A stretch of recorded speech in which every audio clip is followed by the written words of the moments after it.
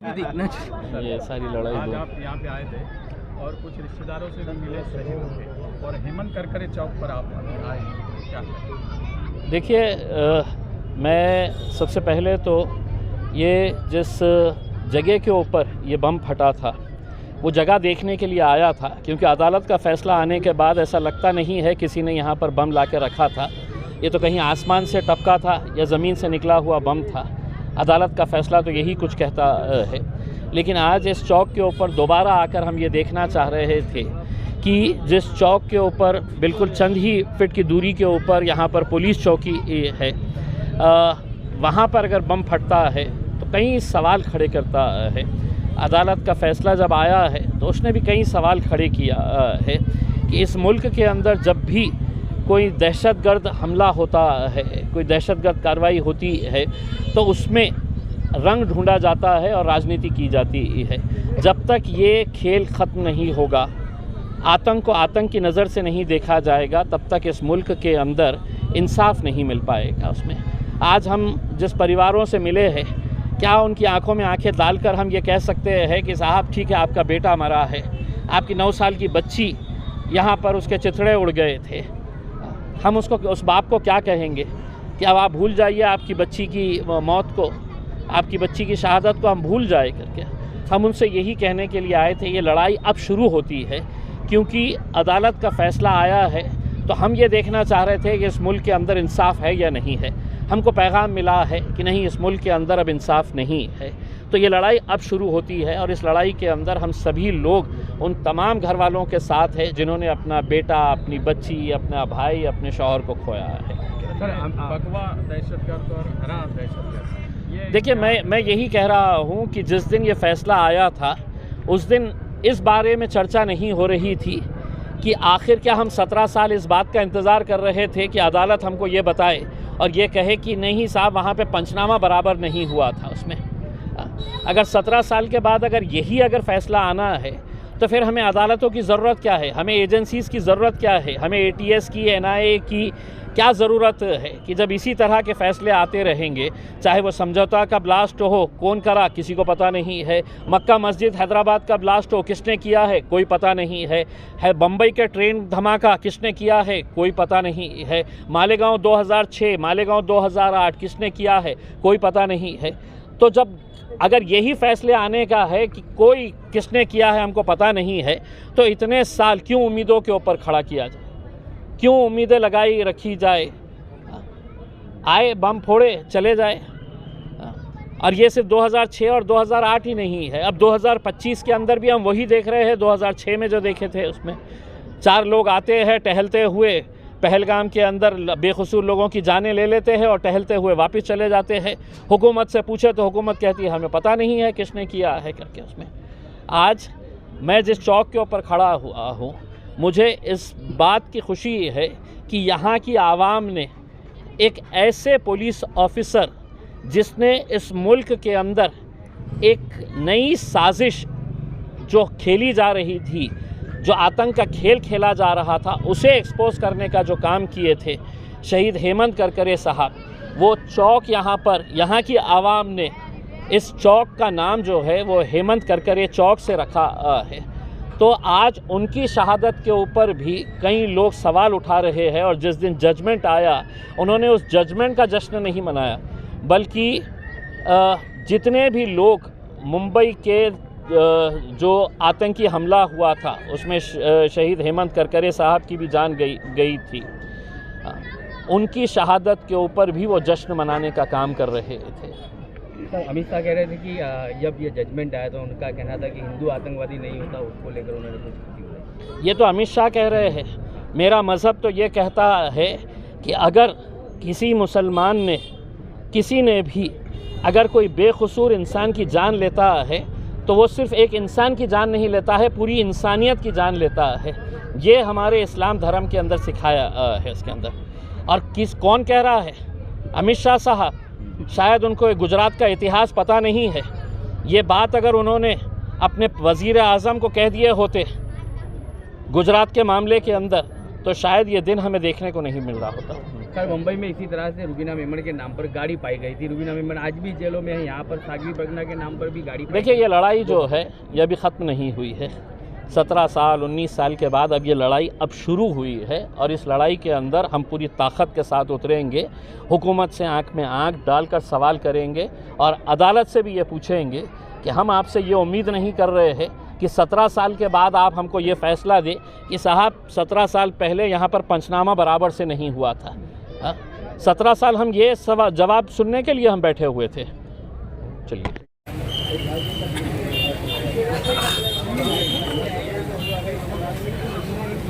Sikandar road के पास ले जाओ।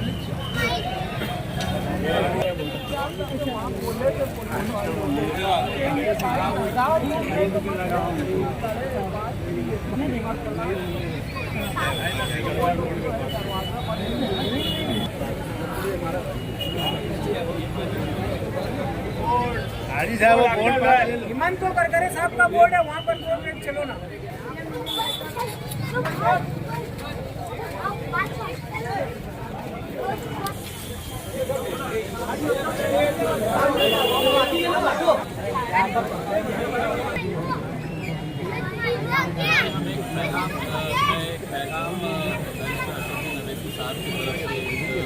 जिनके बेटे भाई शौहर बच्ची यहाँ पर फैसला के हिसाब से अब शुरू होती है।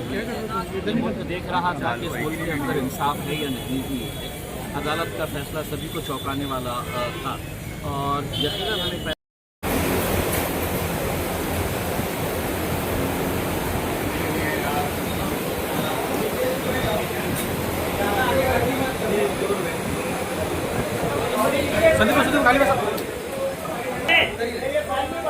ये इसको बंद कर दे। ठीक है, साइलेंस प्लीज। नीलेश राव, हाँ बैठ जाऊँ। मराठी सर, पहले मराठी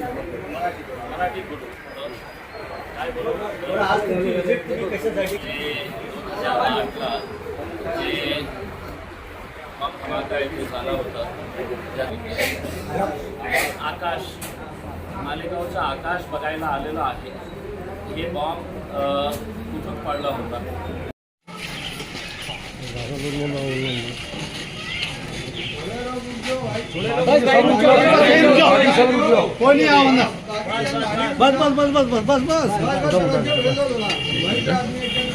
मीडिया वालों को जाने बस खड़े। आपके भाई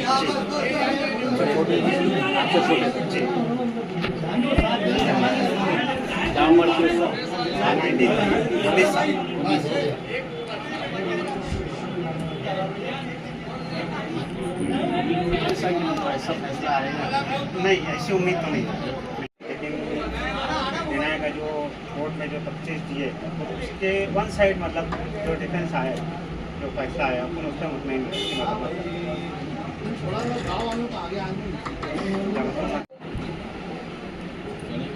यही बोलने के लिए आए थे कि आपकी ये लड़ाई। हाँ, बस यही आप लोग का साथ रहे। हाँ, तो इंशाल्लाह पहुँच जाएंगे।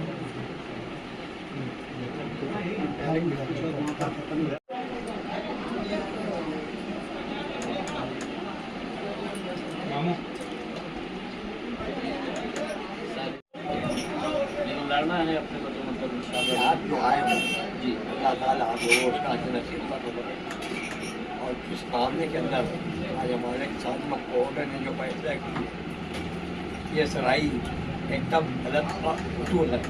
जब वो उनको खुदा का डर खौफ होता तो गवर्नमेंट के कोर्ट के हिसाब से वो जो अभी आज जो उन्होंने अपनी मुखालफत जो कायदे में ऐलान किया है वो एकदम गलत है। इसको दोबारा रिपीट करने के लिए हमको इंसाफ की बात है, इंसाफ चाहिए।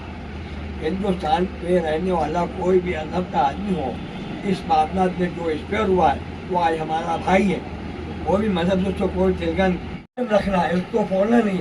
लेकिन आज हुकूमत का जो मौजूद मामला वो ये चाहती है कि हिंदुस्तान को भ्रष्टाचार करके हिंदू एकता की तंजीम को आगे बढ़ा के इस मामले को खत्म करना चाहती है। हम इसके भी इस खिलाफ इस तरह आज आवाज ये कि हम सब एक हैं, दहशत गर्दी मुर्दाबाद है, ये सब हमारे पास नहीं चलेगी, नहीं चलेगी नहीं। आगे हमको जहाँ तक के खोएगा, हम हमारी इंसाफ के लिए जहाँ तक के कोशिश बनेंगे, हम वहाँ तक गवर्नमेंट के खटखटाएंगे। जब तक कि हमको इंसाफ नहीं मिलेगा, जब तक कि हमारी कार्रवाई चालू नहीं। इंसाफ हमको हर हाल में चाहिए। इसलिए आज गवर्नमेंट के कोई मौजूद लेने से हमारा इंसाफ नहीं होता है। खून का बदला खून है, जान के बदला जान है, हाथ के बदला हाथ है, नाक के बदला नाक है। मौजूद है कोई लेना देना नहीं, मौजूद है कोई इंसाफ नहीं होता है। आज जो गवाह आती है, जो पेपर इख्तियार किए हैं, ये पहले ही 2008 में इन्होंने किया था। स्टेट गवर्नमेंट सेंट्रल गवर्नमेंट तो दो गवर्नमेंट का पेमेंट दे के इन्होंने तीसरे में दबा दिया था। आज जो मामला दफन करने के लिए वापस ये रिपीट 2 लाख का उन्होंने लाइन मरने वालों का नहीं है। अब इसमें दूसरे भी ऐसे गैर कौम के लोग हैं जो ये बात को मानते हैं कि ये गलत फैसले आ रहे हैं। वो चीज़ को अब ये जैसे गवर्नमेंट के हिसाब से जो कहना है कि उन्होंने रिपोर्ट कर तो फैसला कह दिया है, इसके हिसाब से उनका फैसला किया, वो हिसाब से जब जिस तरह सब कुछ मौजूद था, सारी चीज़ कोर्ट से गायब कोई चीज़ हो नहीं सकती। लेकिन आज गवर्नमेंट के फोर्स के हिसाब से जो चीज़ें कायम उन्होंने कायम गायब की है, और एक तरफे के हिसाब से उन्होंने एक के हिसाब से जो फैसला किया एकदम सदाई गलत है। वो गलत के हिसाब से आज ये मामले को, ये फैसले को आज रोज बोलती है कि ये बात फैसला जो किया ये गलत है। इसको गलत होना यहाँ गलत हमेशा रहा, गलत कल ये निशाना उन पर भी बन सकता है। आज जो आज हमारे बना तो आज उन्होंने किया करके एक तरफा ना किया, ये निशाना उनके ऊपर खुद में भी बन सकता है।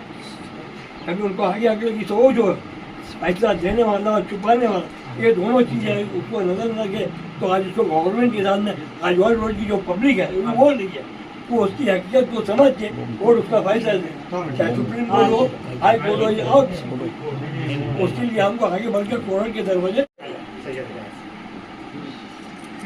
दरअसल मुझे असद साहब ने बताया था कि मैं जाके आप लोगों से मुलाकात करूँ, और ओवैसी साहब खुद आपसे बात करना चाह रहे थे, लेकिन अभी पार्लियामेंट का सेशन चल रहा है तो अंदर ऐसे यही एक पैगाम देने के लिए आए हैं कि ये लड़ाई आपकी अकेले की नहीं है। इंशाल्लाह इसके अंदर जितनी ताकत जो भी लगता है इसके अंदर सब मिल के इंशाल्लाह लड़ेंगे। अभी हमको थोड़ा काम का भाई हो रहा है, इसलिए बच्चों को साथ में होते हैं वहाँ हमको बता देते हैं, है ना।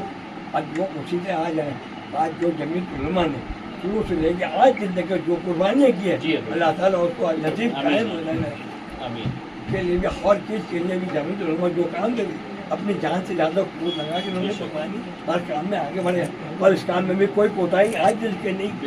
जब तक इन्होंने जहाँ तक कि हमने भी लपाई करके उनके वहाँ तक के पहुँचे, जहाँ भी ज़रूरत पड़े उसमें इनकार नहीं किया, और हमारी बात को भी उन्होंने तस्लीम किया, कोई बात का इनकार नहीं किया तो कुछ गलत बोले। और आज भी गवर्नमेंट अभी चाहती है हमारी जमीन उलमा की हमको कहीं चल रहा है तो जिस टाइम जैसा वहाँ उन्हें वहाँ पर जाएंगे, लेकिन उसका दरवाजा करके हम कोर्ट से इंसाफ नहीं करेंगे। उनको अलग से हम लोगों ने इंटरव्यू किया था।